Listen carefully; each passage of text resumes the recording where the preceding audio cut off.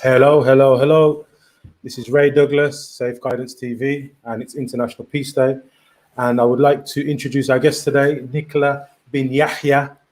And I know she'll feel happy that I can pronounce the Yahya properly. Oh, very happy. That was a very good pronunciation. Thank you. I can imagine that's been mullered over the years. Oh, it's been mashed.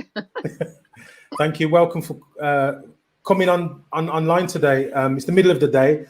I know some people are on their lunch, but it's important. Historically, I've always done things around International Peace Day.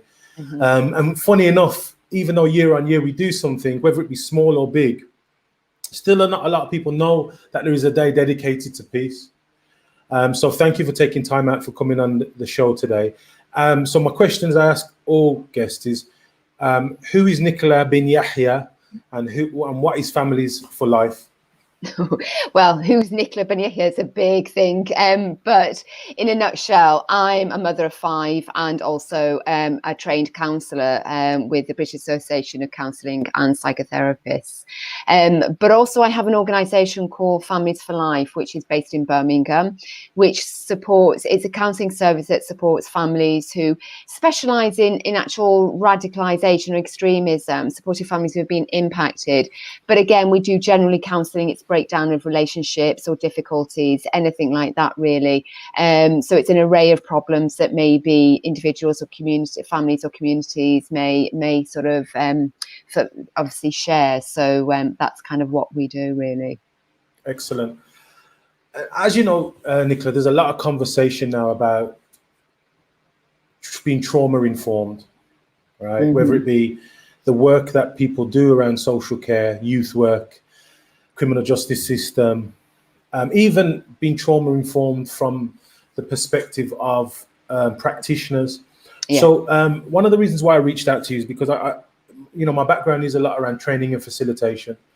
And one of my icebreakers is I ask a lot of providers who come to or practitioners who come to my training, I ask them about 3 or 4 key questions. Who's worked with CSE?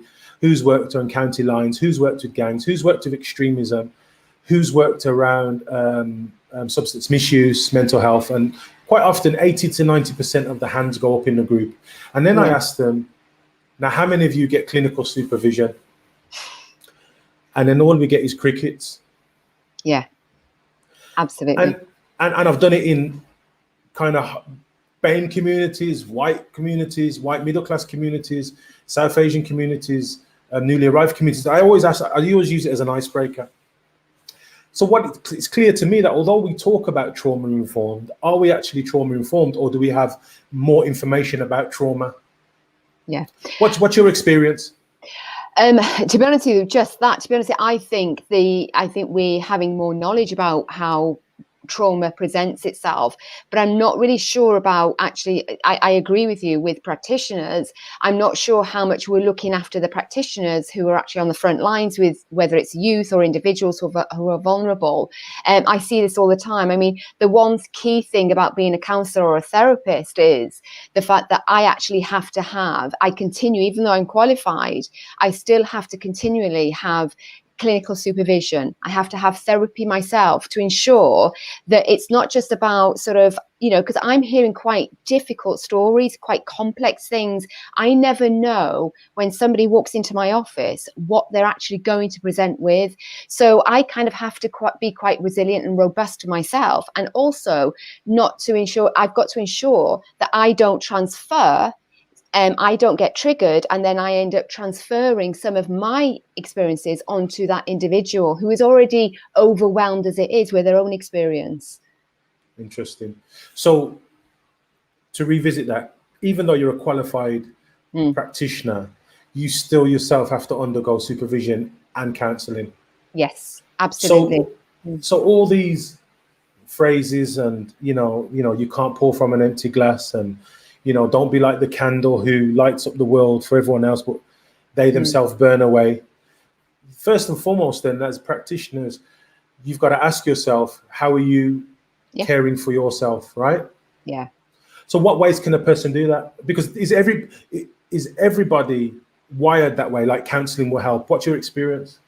No, I think it's something you don't just suddenly know how to self-care. I have lots of young people who come into my practice, and sometimes the word self-care is it's something they've just discovered. They don't understand the term. And often they say, how do you do that?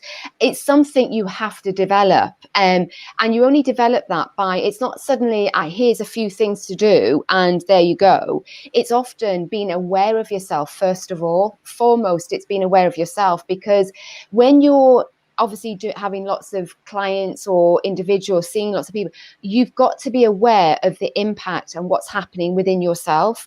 And when you're getting to that point where you're probably hitting a wall, and what we maybe term as burnout, because you've got to be, so you don't want to get burnout. So what you do, you've got to be almost aware of yourself enough to be able to go, okay, I need to put the brakes on or slow down a little bit here, and start putting things in place. And that's then when you recognize that then you can start putting things in place, whether that's taking a break, whether that's going for walks, whether that's meditating. There's a whole array of things that we can actually do, but you've got to foremost recognize it within yourself. So understand your modality in terms of self-care. Yeah, and absolutely. work towards that. It's interesting because I think his name's Grant Carlisle, if my memory serves me right, and he was the PFA rep for footballers, and he's been openly documented about his challenges around mental health. And he was speaking about how when he went through his challenge, and he still does, I believe, but when he went through his challenges around mental health, he went to the doctor and they prescribed him with exercise. But what he said was, but I've been a professional footballer for 20 years. Yeah. I exercise every day. That doesn't work for me. Yeah. It's interesting. Yeah. So it speaks to what you're saying. So in terms of so you work nationally, right? Yes, I do. Yeah. Yeah, well, internationally sometimes as well, to be honest with you. Okay. Yeah. Internationally, excellent. So over the last, how long has your practice been open? About 3 years now. Yes. Yeah.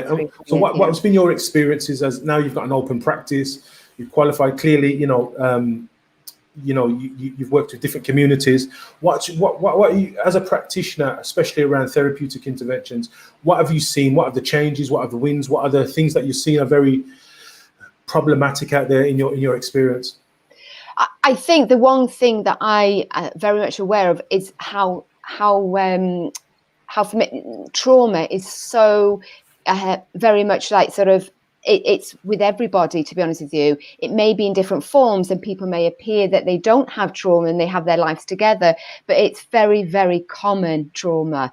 And I don't mean just when we talk about trauma, it's not just about an event or something that's happened. Sometimes trauma can be a slow burner. So it can be something over time, difficulties, whether that can be sort of, childhood, or whether that can be discrimination or racism. And that can be like a slow burner where somebody then presents themselves to me where they don't know who they are. They have maybe they find there's a void in them or a difficulty that they can't quite articulate, but they know something's missing. And usually that's kind of trauma based. Interesting. So it's not binary. Yeah. It could be physical, mental, spiritual. Yeah, absolutely. Yeah. Cognitive. Yeah. So I was watching, I don't know if you've seen it, Social Dilemma on Netflix recently. I was watching this documentary that everyone's speaking about. So I took some time out to watch it. And it was talking about the advent, obviously, of social media, but the impact it can have on young people. Yeah. But one of the biggest takeaways for me from that whole documentary, and they spoke about a lot around kind of like the cognitive process. They spoke a lot around, how it impacts young people's and adults, how they view themselves. And a lot of the people on there were almost like whistleblowers. So they'd actually worked for the big social media companies, and they almost like they became this fifth column of tech experts who saw some things working within the social media space that didn't sit right with them. So that, they're talking about ethical social media. But one of the biggest takeaways that I took from that whole documentary, the executives who had worked on some of the things that we all use now, they themselves don't let their children use social media. Yeah.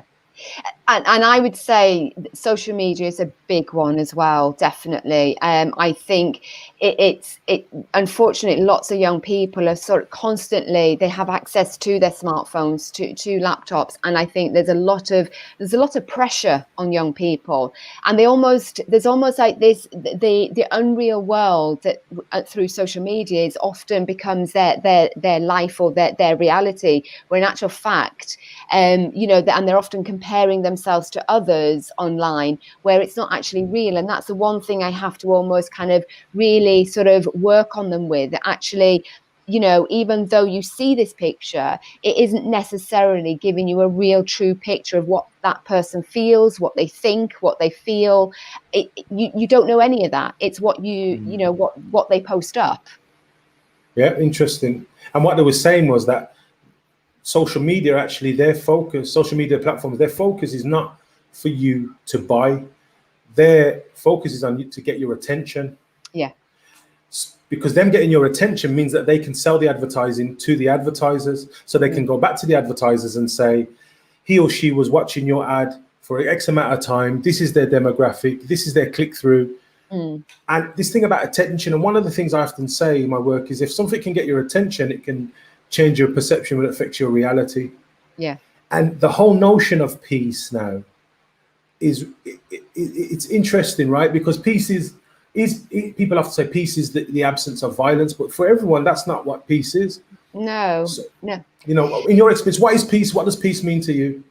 For me, I think, it's not just it's not about violence. I think it's also about that, having that inner peace. You can have everything around you. You can have a good job where you seem like you have a good job, you have a good family and everything. But if you've got inner conflicts within yourself, or you're struggling, you don't have peace. I think you have to have that peace of mind, peace in your heart. That's what I find is the most important, because like I said, and I think we see that at the moment, because we see so much with, obviously, even if we haven't been hit by a loss due to COVID or a job loss, I think what's happening is we're all being impacted, and we're feeling that uncertainty, and and so there's this conflict, because we're scared and have fears about, what does tomorrow look like, what does next week look like. The vicarious trauma that we're talking about. Yeah, interesting. So we see all these spaces where professionals work with young people or work with vulnerable communities or adults, but I don't know any teachers that get clinical supervision, very few social workers. I was speaking to someone who worked in probation recently. Their caseload is 90. Yeah. They have to see that person literally every week, 90. Yeah. And it's interesting It's interesting you brought that up, because my youngest daughter, she's just 19, and she's just started, she's training to be a paramedic. And so she's just had this intense training with loads of videos, being exposed to lots and lots of graphic things. And now she's out there in the field now, and the one thing that I kept asking her was about what happens, because you're seeing some quite horrific things, some difficult things. What kind of supervision, how do you just, and there isn't much, there's very little, and that was something I was really I had a long conversation with her about, and saying it's really important, because if you don't have this clinical supervision, and you're not seeing how you're processing it, what you can end up being is desensitized to these things. And when we become desensitized, we miss a lot of things.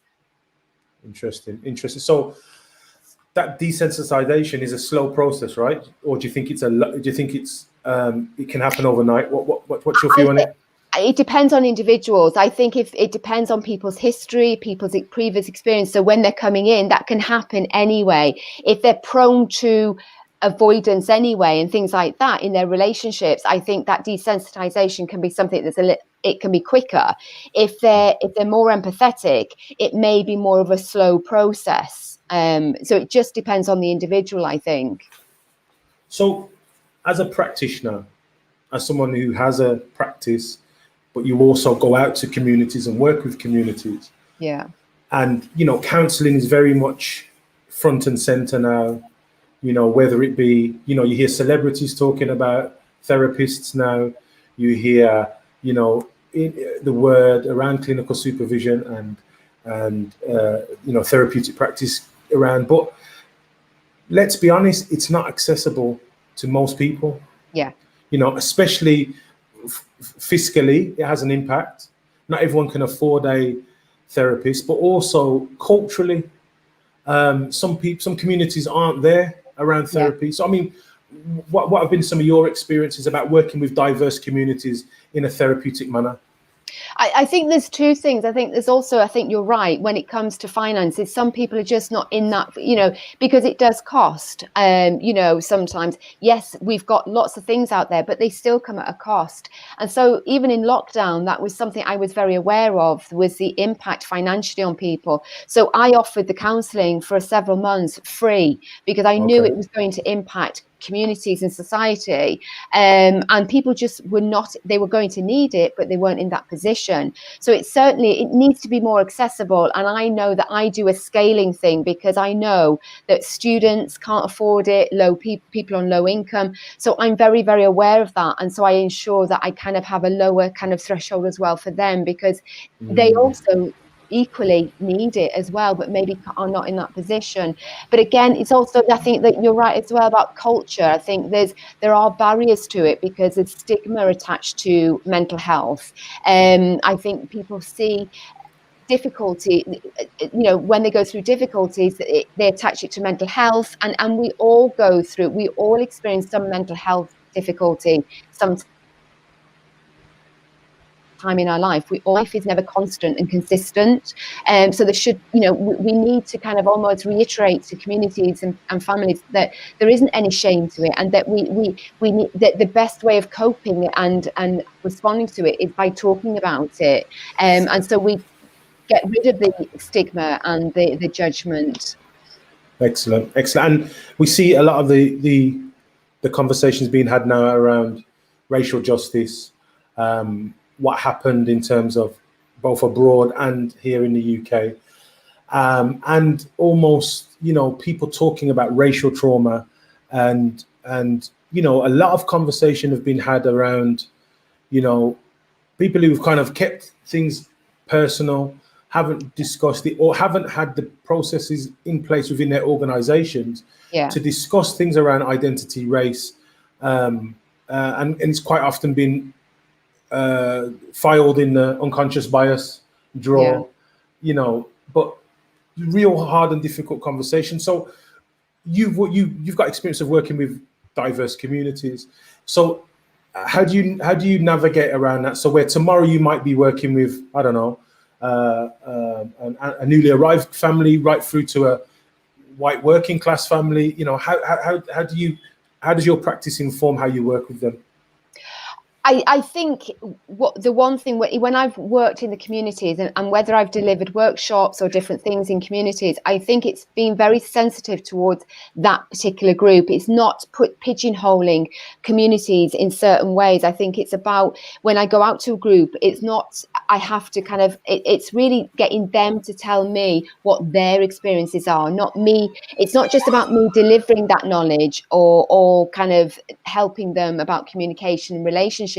It's also deriving from them what their experience has been, because again, and so then I can then almost guide them through that as well, because like I said, I often try to deliver very bespoke workshops to communities, because again, they will be very they will have their own experiences and their own history of things, and so it's really, really, I think it's really listening to them, because sometimes I think we often have these mental health campaigns, and we said it's good to talk, which it is, but I don't think we do enough listening sometimes, to be honest with you. We're too readily wanting to give an answer or give a solution, where sometimes that solution or that answer is just listening to that person, because then you validate them and you're really understanding them.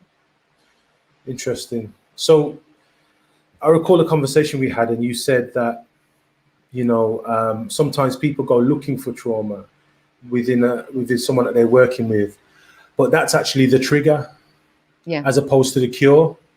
Can you elaborate on that? So, like, they've come to your space or your organization or your center carrying stuff, but the way that you've engaged with them has actually triggered them as opposed to help heal them. Yeah, I think we can all have. I mean, and this is a thing where it's really, really important. We've had a lot of information about trauma. We're given a lots of knowledge about it, but sometimes we have to be very, very careful with that knowledge and what we do with it. So we can often respond by wanting to help and wanting to almost get the person to speak, and that might not be the best response to that individual, because in actual fact what we're doing is almost re-traumatizing the person by almost making them speak or tell me more about it. We're just re-traumatizing that individual. Interesting. And you said at the top of the broadcast that your organization specializes in working around general social care, but also families who've been experienced high levels of trauma due to different reasons. But do you think that I can't hear. Yep. It's off.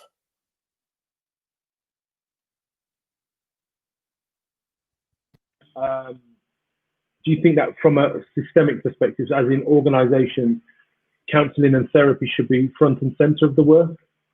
Part and parcel of delivery? I think it definitely should be part of the work. And I'm not just talking about the individuals, but I think also for the practitioners as well. I think it's really important as well that should be offered. I think the one thing we tend to do is when an event happens, whether it's through loss or a trauma, I think we tend to, as institutions, we tend to think, oh, that person needs counselling straight away.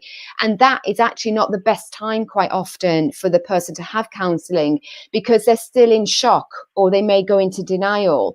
I think sometimes it's having that intermittently being able to offer that counselling or that therapy, or you're listening as the months go by, because that's when the individual may be ready to talk about it or process it. Interesting. So, I mean,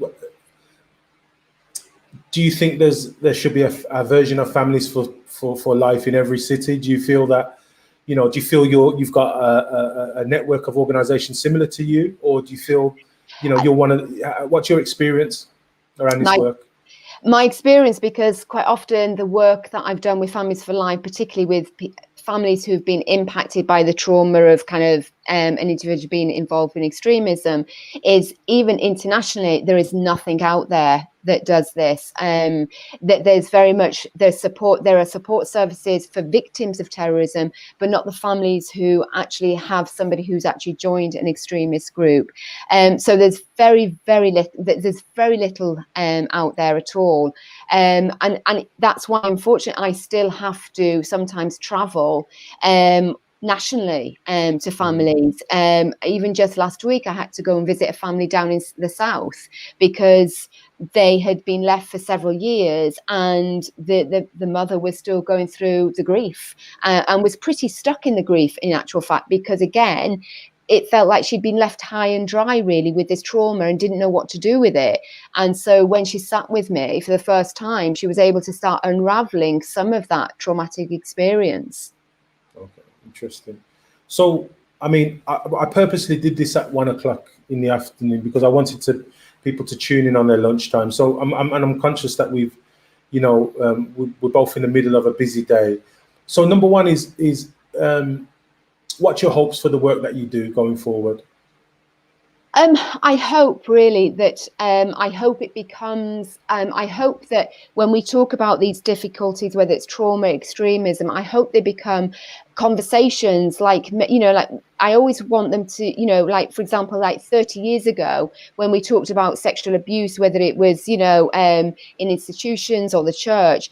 Now, when we talk about it, it becomes that they're normal conversations that we can openly talk about this and whatever. And I hope one day that we can sit here and everybody understands it and can talk about it freely without the stigma being attached to it. Okay, excellent. So those are your dreams going forward. So the second one is, what's your favorite destination? I always left field people with this.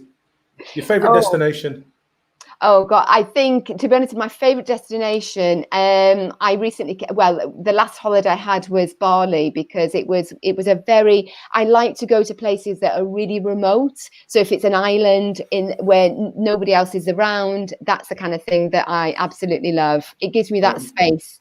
You're flossing on me now, because I was just in the Peak District. That's the last place I went to. But yeah, okay, that's so. But and finally, what's your favorite dish, as in cuisine? People think I'm absolutely crazy when I say this, because I could have anything and it's always vegetables. Absolutely. Give me a plate of vegetables and I absolutely, that's what I love. Excellent. So look, how can people get hold of you, Nicola? They can either email sort of directly, so it'd be nicola.binyahia@familiesforlife.org.uk, or they can call me on 0797 505 4030. Excellent. And what's your Twitter handle? Do you have it? It's at familiesforlife_life. It's at families_life. Okay, let me get that up. So we can get, that's it, right? Yeah. Excellent. Nicola, thank you for your time. No it's been very informative. I wish you all the best with your work, and happy International Peace Day to you and your people. Everybody, thank you for tuning in to Safe Guidance TV. It's Ray Douglas, and we will be seeing you soon. So we're back at 5 o'clock, and stay blessed. Peace. Thank you. Take care.